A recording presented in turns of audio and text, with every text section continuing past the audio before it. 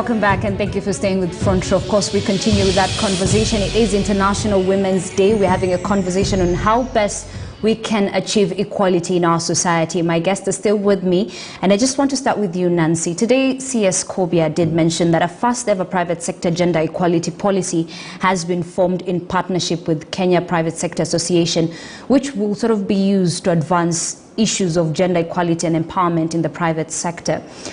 I'm tempted to say, how will we shift the power dynamics? But it will sound it won't sound equal. But then, considering how the private sector is largely dominated by men, how do we sort of find the balance, especially at the leadership level?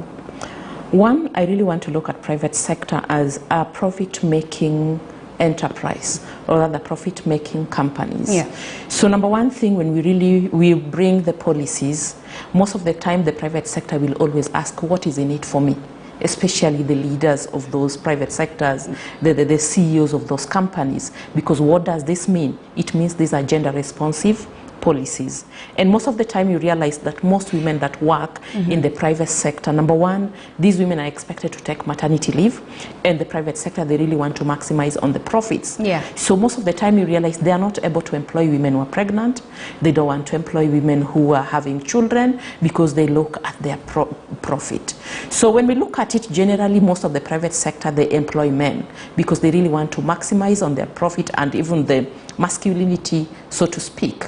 So one of the things that is there is that you realize that most women are always in the private sector, but even there is a gap in the pay. Yeah. There is a gap in the pay. They're not paid as their male counterparts. The work that they're being given, or their roles in those private sector, is not the role that can be compared. Even if they're experts, most of the time their roles are not being compared by the men. But one of the things I will talk about when we talk about policy and looking at generally policies in Kenya, I'm really looking at it, will it really work or will it really be implemented? Yeah. That is where we need to start from. Because as a country, we really have a lot of policies. Good ones. Again, very nice one. Yeah. But we look at implementation. We need to look at monitoring and even the feedback. We even need to look at the costing of these policies, because when a policy is made, there is need for a costing so that a human resource, somebody is going to be there. Yes, we have the National Gender Equality Commission that always tries to put the government into check and even the accountability. But again, are we achieving what we need to get from these policies? So yes, the policy is there, but again, who is going to ensure that the policies that have been made is adhered to? Okay. The private sector are going to follow these policies to the latter by ensuring that maybe affirmative action, ensuring that the third gender rule is adhered to, by ensuring that it is not only a third gender rule by having women as secretaries, as cleaners, as clerks, but again ensuring that women are also at that decision-making table at that high level. Okay. So we really need to demystify this and see, yes, they are profit-making, and they're also asking what is in it for them in these policies, but again ensuring that they are able to implement this policy that has just been unveiled. So then, Magdalene, who do you think should be accountable for the implementation of policies?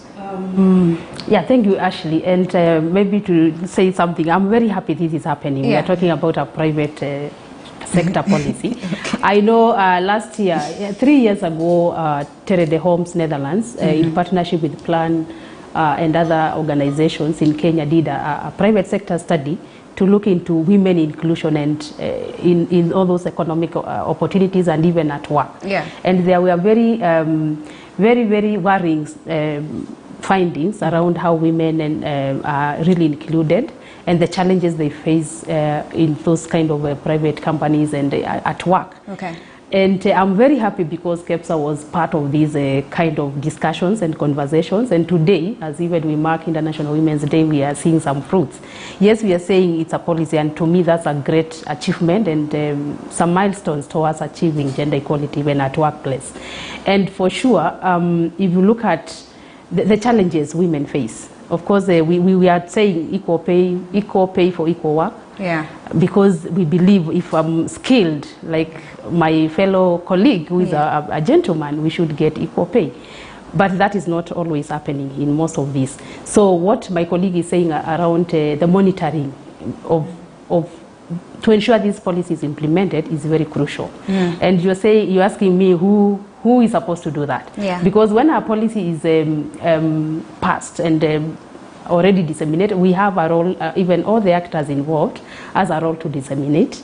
Of course, there is the coordinating body within the government, which is now the ministry, and we need to come in as other CSOs, other actors to support in the dissemination, create the awareness, because most of these challenges women are facing, even at workplace, they are not aware, and they only take what they are given. Most of them are not aware, and if they are aware, they fear to challenge some of those, because the moment you raise your voice to ask or question some form of violations of your rights, then you are out of work. Okay. And that means when you're out of work, then you don't have any livelihood, you face all these challenges. So I really think we all have a role to play. It's only that kind of coordination to bring together all the actors, the private sector themselves, the CSOs, the communities, the women who we are saying they should not be left in all these conversations, and now the government to be coordinating and more so monitoring the implementation of these policies. So you've mentioned something really important, and Caroline, maybe you can add on that. Women are not aware of the rights. How do we, I know creating awareness is one of the things, but we have been trying to create awareness all this time. How best can we tackle that challenge where women become aware of the rights? Okay, you see, when you say women, you need to equally further break it down to which women are we addressing. Are we addressing young women? Are we addressing the adult women? So once we get to understand that dynamic, you have to break it down to the context specific. I know there's been a lot of work that has been done both by the CSO sector and the government to ensure that women are aware, even young people are aware, but are we really involving, especially the girls and young women, are we involving them in this kind of conversation? Because even when you talk about equality now for a sustainable tomorrow, who are we involving in this conversation? Because tomorrow means in years to come, right? But are we involving girls and young women in these kind of conversations right now if we are looking at having a sustainable tomorrow? So we need to understand the dynamics when you're addressing women. We don't just say women in general. We need to break down that into the different demographics that we have and understand that each age group or each age set has specific needs that need to be addressed. Okay. Yeah, and just to finalize on that, I know for we to be able to see that, we need to have like a collective action from both parties, the CSO sector and the government as well. All right, Magdalene. Actually, to add, the awareness, we know women's literacy levels in some of these communities. I think to us is more on unpackaging the whole issue around gender equality and human rights, for them to know, kumbe I'm entitled to this particular right. Kumbe this is where I can report when my rights are violated. Kumbe this is what I'm supposed to do. And I really, we are saying really COVID brought so many challenges, but I was in a where we work in some communities, I was really happy to hear a woman say actually she's happy she can join virtual trainings and forums internationally or happening in Geneva. As much as she's borrowing the husband a smartphone to use, and not only just to use, the husband says, I want to come closer to you and listen, at least she can get something. And she was so excited that she could even hear other women from other countries discuss about the challenges they are facing and the solutions they are coming up with. And she was really like, I will go back to my community and really create this awareness, reach out to that other woman who has been in the same position I've been, to be able to open up their eyes and really voice their concerns, raise their issues they have, and try to challenge some of these stereotypes. Which is a step in the right direction. Which is a step in the right direction. Right. Nancy, still on that, as you add on, maybe you can answer this, because, you know, growing up, we were being told, tunateseka ndo mpate raha in Swahili, which is loosely translating to, you know, we are going through this so that the future people can, or the future women can enjoy the fruits of our labor. But then even as we look at that trickle-down process of laws and policies, there is implementation, which is a problem, which is somewhere in between there, the middle. Should we wait for those who are supposed to implement these issues to, you know, get their work done, or we can go ahead and implement these policies on our own? For me, it starts from the policy making process. Okay. And about the involvement and the inclusion, and also the consultation of the consumers of this policy. When we talk about the policy, for example, the policy that you just say that was unveiled the other day, how many women are aware of that policy? How many women were consulted when they were bringing that policy into place? Were there public participations that were there so that the issues or some of the thoughts of these women were put in place? So we need to start from there before even saying that I really want to get in and ensure that these policies are being implemented. Yeah. Yes. How do I get to start implementing a policy that I don't even know that it exists? Maybe the people who watched TV today or maybe listen to the radio today are the only people who are aware that there is a policy on private sector that was unveiled today. Yes. And then who is it that we need to ask about this once we are not aware? So if you are not aware of something that you do not know, it is so difficult to start even implementing. Yeah. It is so difficult to start even questioning. It's so difficult even to start saying, I really need accountability from this, my leader, because they are not implementing this. So for policies, I think the undoing, sorry to say that, but there is some little level of undoing. Okay. I was talking about the issues of public participation and even access to those spaces for public participation for these women. Some of these things are even done in some the languages that they're using. And then I'm trying to look at this with women in terms of the issues intersectionality and even inclusion of women. We have women who are having disability. We are having these women who are not even able to move from this place to the other. So these women, it is so hard for them to start participating in these policies in terms of even implementation of these policies. There are women who are in their SAL areas. Are we sure that we have taken care of their interest in these policies? They will look at them and they will say, no, this one was not meant for me. This one meant for women in Nairobi or women in the urban centers. Even inclusivity, even in our policy making. Yes. Yeah. Okay. So as we come to an end, of course, time is not on our side, but maybe we should talk about the fact that, yes, we're fighting for women, but we equally don't want to leave the men. And out here, what you're hearing is boy child is struggling, which may be true, which may be not, depends with how you look at it. How do we go about it? Fight for women, but not leave the boy child behind. Caroline? For me, I would say we need to be deliberate. Deliberate in our actions. Then that can, once we are being deliberate on involving the men, actively involving the men in these conversations and in these spaces, then I think we can achieve what we are looking at achieving. Because we can say we're involving the men and bring them here today or tomorrow, but we are not also being consistent, then we'll not be able to achieve the results. Because for you to unlearn a certain pattern or to unlearn a certain behavior, it takes time. So there's the aspect of consistency and deliberate efforts that we need to put in place. And I'm glad that as a program, She Leads, we are doing that already in the 6 counties that we work in, that is Nairobi, Kisumu, Homa Bay, Kwale, and Mombasa. We are seeing that happening, and right now we have men who are coming on board to be male champions within the community and helping us advocate for women's rights.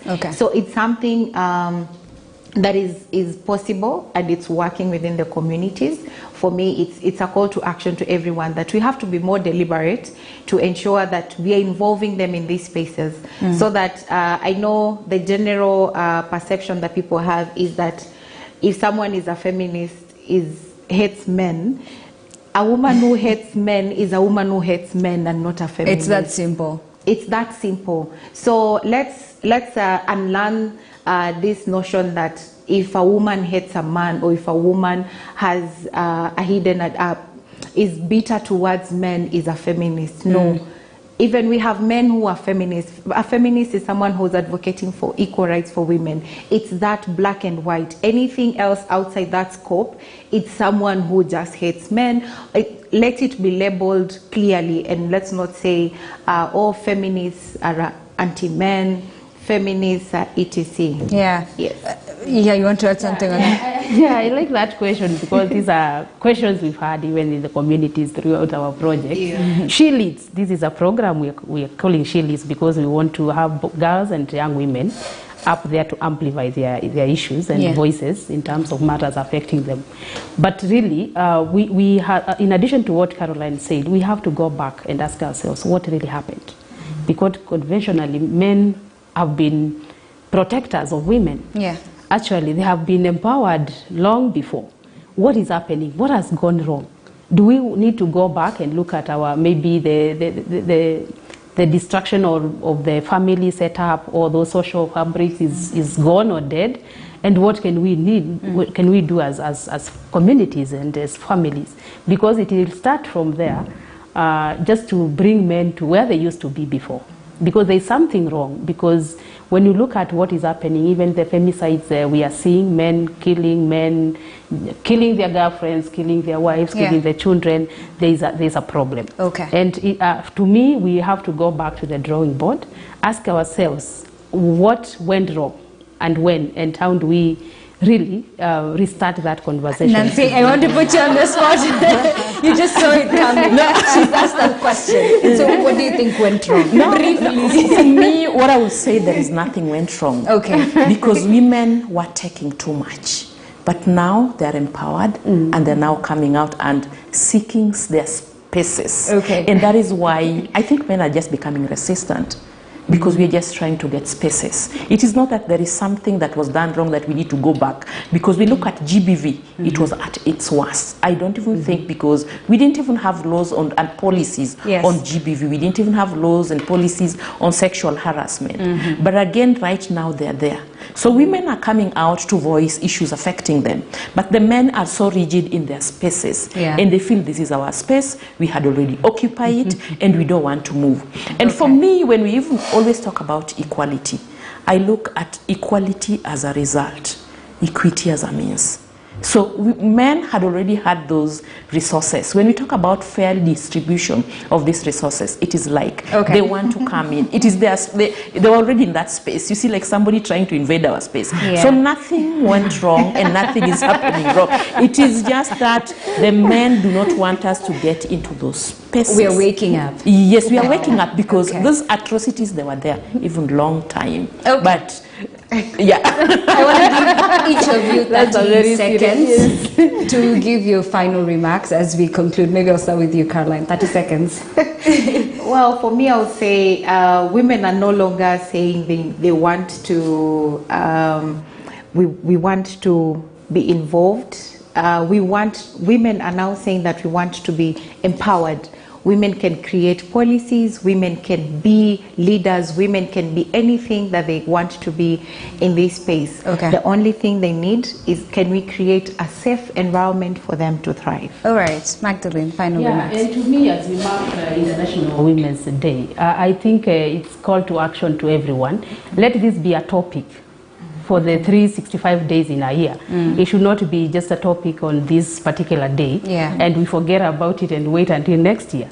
And looking at now what we're really looking into in terms of bringing women up there, building their capacity, as we said, because this is it's a very powerful tool. 30 seconds. We really need to not only plan for them, but plan with them.